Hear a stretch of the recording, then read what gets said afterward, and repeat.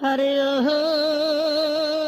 জগৎ বাসি রে, হরে ভুইল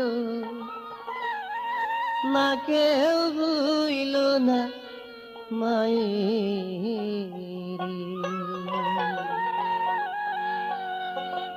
ওরে মায়ের মতো আপন জানা নাই রে ভাব সংসারে। হরে ভুইল না, ভুইল না কেউ মায়ের। হরে জগৎবাসী